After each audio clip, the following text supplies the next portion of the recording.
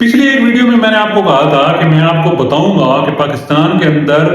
ये जो e commerce के अंदर जो सबसे बड़ा मसला आ रहा है वो है आपके कोरियर का।